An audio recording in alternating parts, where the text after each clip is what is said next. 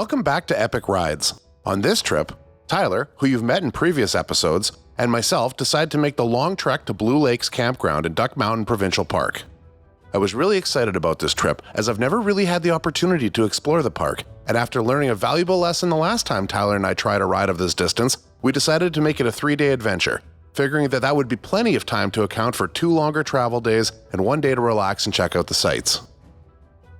We also attempted to use the new comms system I had ordered from Amazon, which was definitely a learning curve trying to figure out how to install the speakers in the helmet, pair the comms with each other, and then figure out the volume necessary to hear each other over wind and road noise approximately 5 minutes before leaving on our trip. For far longer than necessary, we grunted, swore, banged our fists on the ground, and examined the headsets like a couple of myopic howler monkeys, eventually figuring out how to install everything correctly. Which we failed at completely after installing the comms part of the system on the wrong side of Tyler's helmet, which at the time didn't seem like a major issue until we actually hit the road and discovered it's almost impossible to adjust the volume on the headset on the fly with your right hand while trying to maintain highway speeds. This led to a fairly one-sided conversation on the trip out as I babbled along and Tyler struggled to catch a single word. The mighty number 6. We made it so far. Can you hear me right now? I can hear you now. They must mute themselves after a while, eh? We're now heading on the 6. This is pretty exciting, this highway. Single lane, big trucks.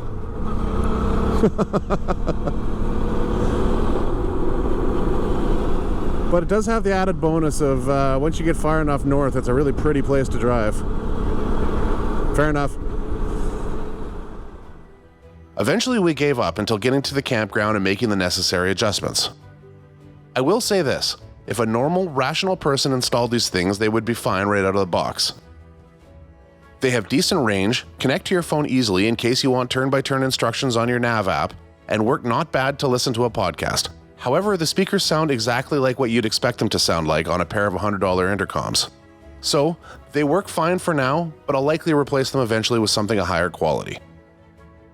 That said, for those of you interested in a cheap but effective comm setup, the ones I ordered were the VNet Phone V6 Pro Bluetooth intercom system, and they will do the trick, but they certainly won't dazzle you with their sound quality. Neil Young would definitely hate them, but unless you're a grouchy old audiophile who shakes his fists at clouds and yells at MP3 files for being too compressed, they'll do the trick. You can check them out for yourself using the link in the description. And full disclosure, I have no affiliation with the company that makes these things. And in fact, I would be absolutely gobsmacked if they even know I exist. And there you have it, a review that nobody asked for of a budget set of comms you may or may not be looking for. You're welcome, world. Back to the trip. Tyler and I figured we'd follow the 6 north to the 68 where we'd cut west and continue on past where the 68 turns into the 5, then north again on the 10 highway to the 367, which would take us into the park and to the campground. Heading from Lac du Bonnet, I'd follow the 317 west to the 59 and south to where it meets with the 4, and then the 67 to the 6. Provincial Trunk Highway 6 is the primary highway running from the perimeter all the way to Thompson. At 732 kilometers in length from end to end, Highway 6 is a single-lane road and the main route that goods are delivered to much of northern Manitoba by truck. The road is in pretty good condition from Winnipeg to where we cut west on the 68, but further north it suffers from frost heaves that can make things a little interesting.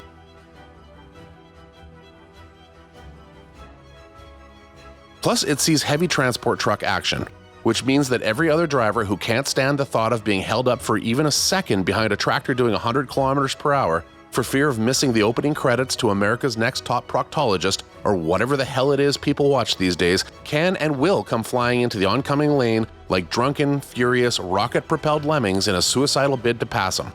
Just a heads up is all. The 6 offers up some pretty views as it works its way towards the inner lake through the towns of Warren, Woodlands, Lundar, and Eriksdale, where you'll soon head west again on Provincial Highway 68. Highway 68 is 220 kilometers long and leads you over the bridge across Lake Manitoba at the Narrows. It's a pretty spectacular chunk of road and well worth the trip itself. Lake Manitoba is massive, with a total area of 4,624 square kilometers, and it's really cool to cross the Narrows between the lake's north and south basins. As an added bonus, you might even catch a glimpse of the Loch Ness Monster's far less famous but equally dubious cousin, Manipogo, a serpent-like critter only ever captured in the grainiest and most out-of-focus pictures possible. The 68 before and through the Narrows is a lovely ride, and on the other side of the Narrows opens up to pasture lands and egg fields as you pass St. Rose du Lac, and find yourself on a section of what is known as the Northern Woods and Waters Route, aka Provincial Trunk Highway 5. Tyler and I decided before leaving on this adventure that we would head north on Provincial Trunk Highway 10 to the 367, as it would give us some different scenery, as we were planning on taking a different route home down the 366. This likely would have been a great plan. However, upon turning north on the 10, we noticed a very conspicuously massive sign saying that the 367 was closed due to flooding. Instead of heeding this warning, we decided to find a way to cut across from the 10 to meet up with the 366. The good news was that yes, you can in fact wind your way across to the 366. The bad news is that after several hours of extremely hot weather and hundreds of kilometers traveled, that road is pretty adventurous. Coming off the 10, we found ourselves on gravel and sand. For the most part, you're rolling along correction lines and mile roads, dodging endless expanses of washboard and some surprisingly deep and soft sand traps, inexplicably thrown in for good measure. And then out of nowhere, a short mile or so of paved road, which was in terrible shape, but super fun nonetheless after slogging through sand. Before long, we met up with the 366 and cut north again up the gravel and to the campground.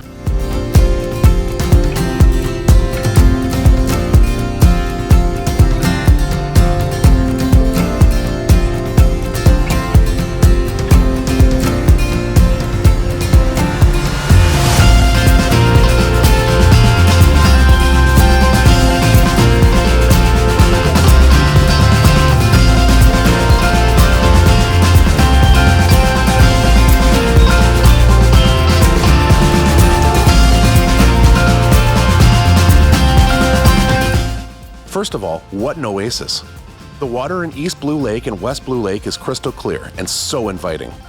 After a long, hot day on the bikes, both Tyler and I were more than ready to wade into East Blue in our riding gear to cool off. First though, we needed to set up camp. Blue Lakes Campground is a well-maintained provincial park campground that features 100 daily sites and around 50 seasonal sites. Our site at the end of a little bay gave us direct access to the boat launch at West Blue Lake, the trailhead for Blue Lakes Trail, and a great view of the mature spruce and fir trees populating the area. And here we are. This is the campsite. It's killer. It's a nice day to hang out in the sun, go for a bunch of swims. It's a pretty sweet place. And now, time for a siesta. I've mentioned a few times that it was hot. The air was heavy and oppressive with bluebird skies and 30+ degree temps in the shade. After setting up camp, we beelined straight for the water, where we pretty much stayed submerged until dusk.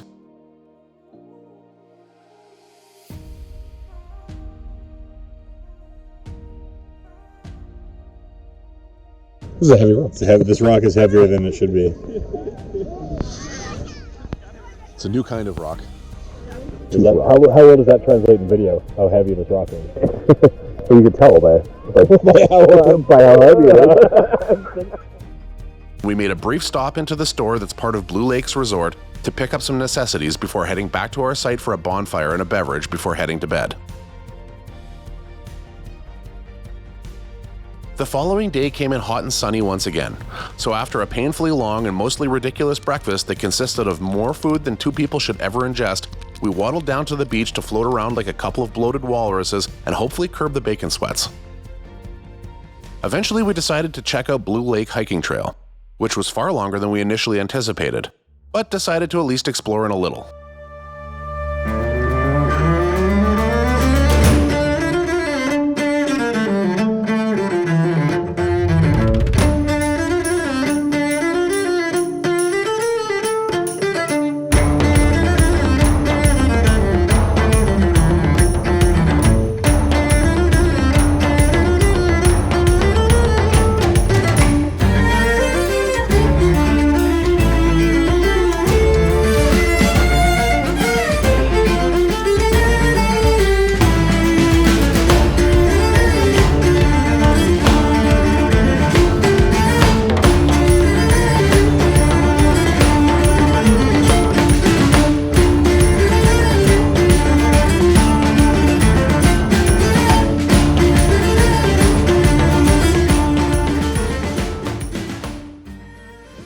2.5 hour walk complete in 15 minutes. Given 15.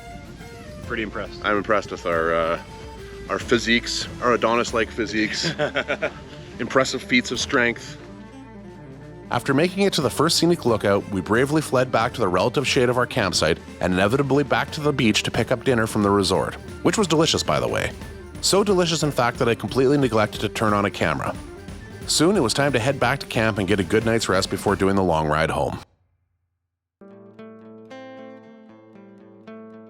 The following morning, and after some brief confusion about which direction would get us home, we were on our way onto the 366 and headed south, this time to Grandview, where we'd meet up with the 5 and head east to the 278 and then south along the west side of Lake Manitoba to the 50, then southeast on the 16 to the Trans-Canada Highway and home.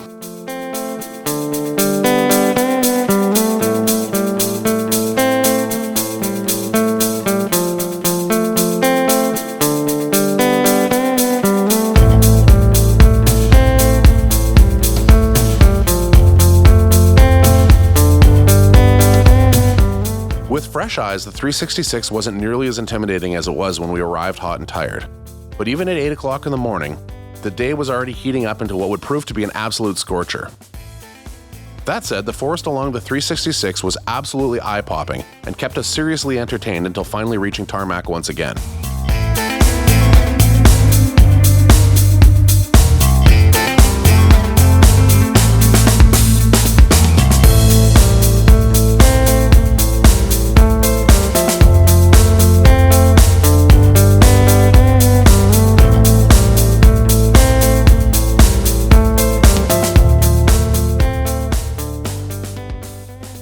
You've seen parts of the 5 already, so I'll jump ahead to the 278, which is a scenic ride through Ebb and Flow First Nation and Silver Ridge before continuing as Provincial Trunk Highway 50 through Amaranth and Langeruth, where we pulled over to get into the shade for a while. Eventually, we made it to the 16, where we chased down to the Trans-Canada Highway and stopped again at a gas station to get some electrolytes back in our bodies before making the final push back home.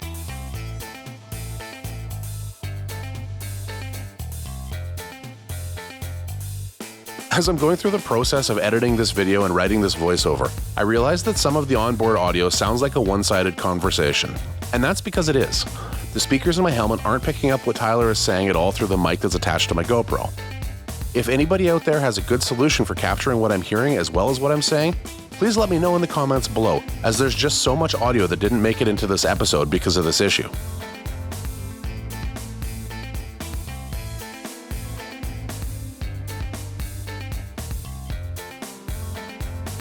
With that, I guess we've reached as good a place as any to end this video.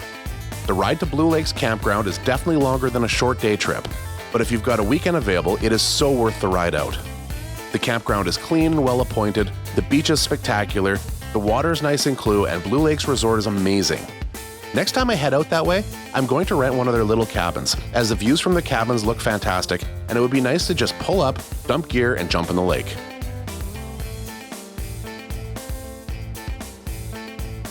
I truly hope you enjoyed this episode, and I hope that it's inspired you to get off the couch, jump on the bike or in the car, and go explore a new corner of this province. Please take a few minutes to like this video, click the subscribe button, and hit the little bell icon so you get a heads up when the next episode comes out. Your support is greatly appreciated, and I look forward to bringing you more epic rides. Speaking of which, join us in our next episode as we ride the most entertaining route from Lac du Bonnet down to West Hawk Lake Campground, where I actually complete a hike, visit a fish hatchery, and explore the southern whiteshell. Until then, explore often and explore local. Peace.